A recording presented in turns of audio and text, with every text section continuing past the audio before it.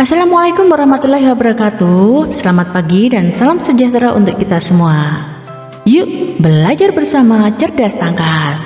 Anak-anakku yang luar biasa, pada pertemuan kali ini kita akan belajar bersama buku pendamping Cerdas Tangkas untuk kelas 1, 2, 3, 4, 5, dan 6. Di buku Cerdas Tangkas ini merupakan buku pendamping untuk buku tema kalian ya. Nah, di sini kita akan belajar di semester 1 untuk kelas 1, 2, dan 3. Kita akan belajar mulai dari tema 1, tema 2, tema 3, dan tema 4. Untuk kelas 4, 5, dan 6 kita akan belajar dari tema 1, tema 2, tema 3, tema 4, sampai tema 5. Nah, anak-anakku, di era pandemi ini jangan lupa, mari kita tetap mematuhi protokol kesehatan dengan menjaga 5M. Memakai masker, menjaga jarak, mencuci tangan, menghindari kerumunan, dan mengurangi mobilitas. Bersama kita bisa melawan COVID-19. Nah, anak-anakku, jangan lupa sebelum belajar kita berdoa dulu ya, sesuai dengan ajaran agama dan keyakinan kita masing-masing, supaya kita mendapatkan ilmu yang bermanfaat. Berdoa dimulai. Selesai. Jangan lupa, biar tambah semangat, kita salam PPK dulu ya. Salam PPK, cerdas, berkarakter, menyenangkan, luar biasa. Yes. Selanjutnya mari kita ikuti pembelajaran ini dan jangan di skip.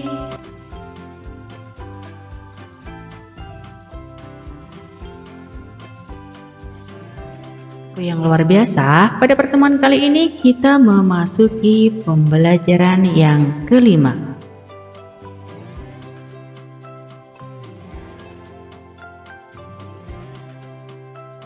Sistem alat gerak pada hewan avertebrata.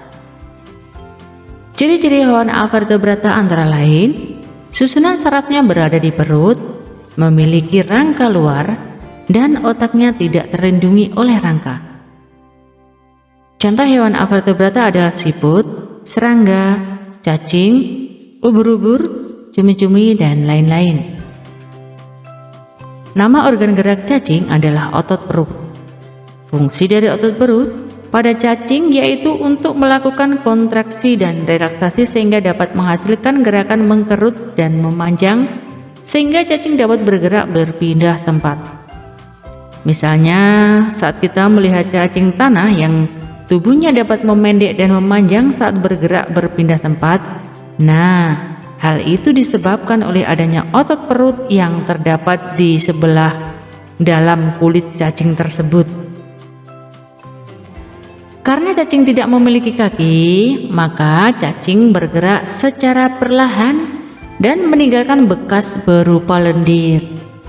Lendir ini dapat membantu cacing melicinkan permukaan tanah sehingga lendir dapat membantu cacing untuk meluncur. Nama organ gerak ubur-ubur adalah tentakel. Bentuk dan jumlah tentakel pada ubur-ubur beraneka ragam tergantung pada jenis ubur-uburnya. Ada yang tentakelnya panjang dan yang pendek. Fungsi dari tentakel pada ubur-ubur yaitu sebagai alat bergerak naik turun pada perairan. Tentakel pada ubur-ubur juga mengandung sengat yang beracun. Sengat pada tentakel ubur-ubur ini mengandung zat yang dapat melumpuhkan saraf musuhnya. Karena dapat menyengat, maka tentakel pada ubur-ubur ini dapat pula dipakai sebagai alat perlindungan diri saat menghadapi musuh dan juga dapat dipakai untuk mencari makan.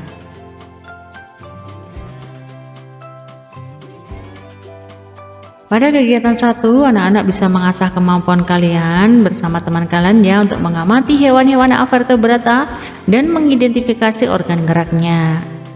Misalnya di sini nama hewannya lebah, siput, kupu-kupu, belalang, dan cacing tanah. Silakan kalian mencari nama organ gerak dari hewan tersebut dan fungsinya. Selanjutnya kita akan bereksplorasi tentang siput.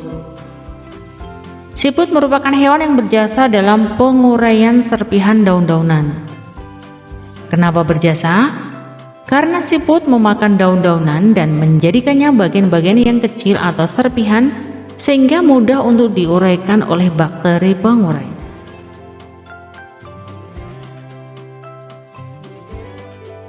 Siput adalah sang pengembara yang mandiri. Meskipun siput berjalan lamban, namun siput memiliki stamina yang sangat bagus. Daerah pengembaraan siput pun sangat luas. Pengembaraan siput dimulai sejak siput menetas. Setelah menetas, siput langsung mandiri. Siput memiliki pertahanan diri yang baik dalam beradaptasi dengan lingkungan dan mempertahankan diri dari serangan predator. Meskipun tubuhnya lunak, namun tubuh siput memiliki lendir. Lendir ini berfungsi sebagai minyak pelumas dan pelindung bagi tubuhnya ketika berjalan di permukaan. Jalan sekasar dan seterjal apapun akan mudah dilalui tanpa tubuhnya terluka. Selain itu, siput juga dikaruniai Tuhan dengan cangkang. Cangkang berfungsi sebagai rumah yang memberikan kenyamanan dan keamanan bagi tubuhnya. Cangkang juga berfungsi sebagai tempat persembunyian ketika ia terancam oleh lingkungan atau predator. Meski terik panas ataupun hujan, siput tetap bisa hidup nyaman dan aman dengan cangkangnya. Predator pun akan kebingungan untuk memangsa siput karena tubuhnya terlindungi oleh cangkang yang keras. Jadi, siput bukanlah hewan yang lemah. Siput adalah hewan istimewa yang memiliki banyak kelebihan. Siput diciptakan Tuhan dengan kekurangan sekaligus dengan kelebihan. Begitu juga dengan manusia, diciptakan Tuhan dengan kelebihan dan kekurangan. Oleh karena itu, kamu tidak boleh menyombongkan diri dengan kelebihan yang kamu miliki ya. Kamu juga jangan minder jika kamu memiliki kekurangan. Di kegiatan 2, anak-anak bisa mengasah kemampuan kalian dengan cara menjawab pertanyaan berdasarkan bacaan tadi ya. Ada berapa paragraf dari bacaan di atas? Tuliskan kalimat utama dari paragraf yang kedua. Apa simpulan bacaan di atas? Tuliskan kalimat penjelas pada paragraf ketiga. Jika kalian masih belum menemukan jawaban, silakan kalian membaca berulang-ulang dengan cara mempause videonya supaya kalian mudah untuk membacanya.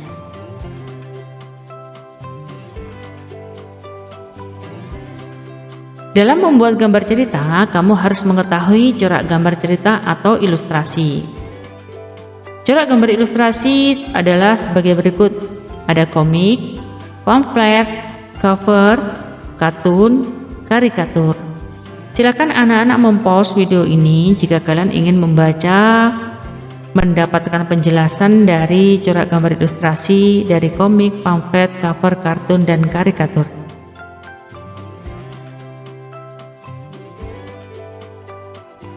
Lanjut, selain dari yang disebutkan tadi ada realis dan dekoratif.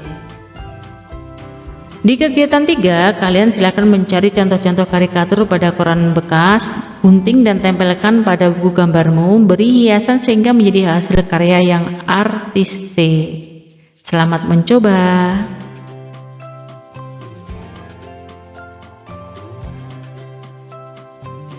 Kegiatan Ayo Berlatih digunakan untuk mengasah kemampuan kalian. Muatan pelajaran IPA. Nomor 1, hewan berikut yang termasuk golongan vertebrata dengan alat gerak berupa otot perut adalah A. Siput dan katak, B. Cacing dan ular, C. Siput dan ubur-ubur, D. Cumi-cumi dan kadal. Jawabannya adalah B. Cacing dan ular. Ubur-ubur merupakan hewan vertebrata yang memiliki alat gerak berupa, tadi sudah dibahas ya, tentakel. Nomor 3, hewan vertebrata lebah memiliki alat gerak berupa kaki, kulit, sayap, otot perut. Ya, sayap. Nomor 4, susunan sarafnya berada di perut, memiliki rangka luar dan otaknya tidak terlindungi oleh rangka. Hal ini merupakan ciri-ciri dari hewan apa, anak-anak? Iya, betul, hewan avertebrata. Nomor 5, hewan avertebrata lebah memiliki alat gerak berupa sudah dibahas lagi di sini sayap. Nomor 6, melakukan kontraksi dan relaksasi sehingga dapat menghasilkan gerakan mengkerut dan memanjang sehingga cacing dapat bergerak berpindah tempat dengan titik-titik. Mudah ya, tentunya dengan mudah. Nomor 7, cacing tidak memiliki kaki, maka cacing bergerak secara perlahan dan meninggalkan bekas berupa lendir. Apakah fungsi lendir yang dimiliki cacing? Nah, ini tadi sudah dibahas. Kalian coba menjawab. Jika masih mengalami kesulitan bisa membaca lagi ya. Dari bacaan tadi sudah ada. Nomor 8, apakah yang kamu ketahui tentang tentakel pada ubur-ubur? Ini juga sudah ada pada bacaan.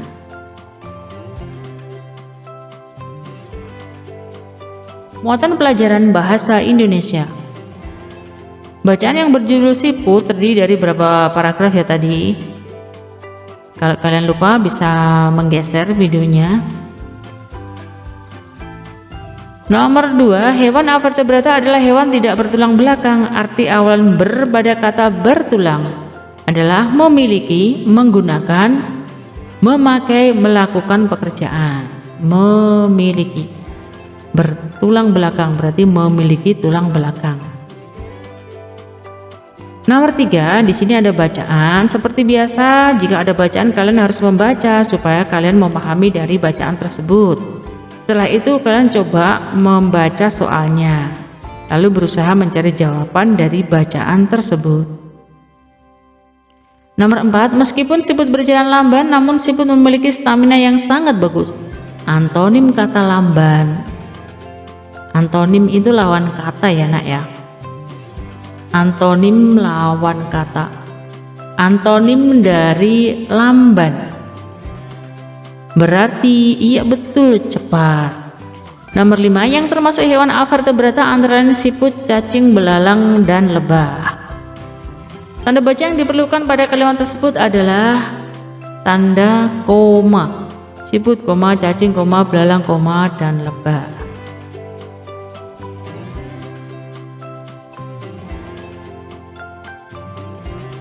Kamu juga jangan minder. Nomor 6 ya, jika kamu memiliki kekurangan, lawan kata minder, lawan kata ya, berarti kebalikannya. Minder lawan katanya percaya diri.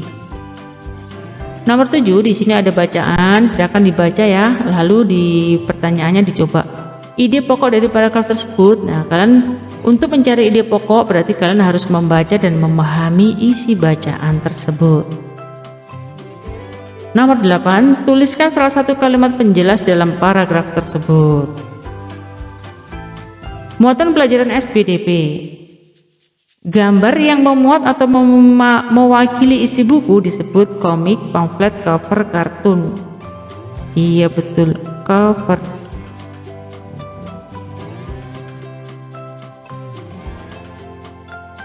Nomor 2, penggambaran suatu objek konkret dengan cara melebih-lebihkan ciri khas objek tersebut disebut komik, karikatur, pamflet, dan cover.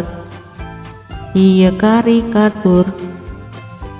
Nomor 3, gambar yang berjudul Kapal Dilanda Badai karya A. Afandi, B. Alfian Madnaj, B. Bung Tomo, C. Raden Saleh.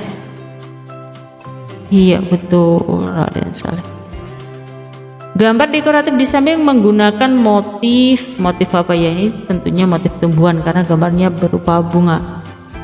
Nomor 5, tulisan yang disertai gambar atau tidak tanpa penyampulan ataupun penjilitan yang dicantumkan dalam selembar kertas di satu atau dua sisi disebut titik-titik. Iya, pamflet ya. Seseorang yang membuat gambar dengan penampilan lucu yang mempresentasikan suatu peristiwa disebut kartunis.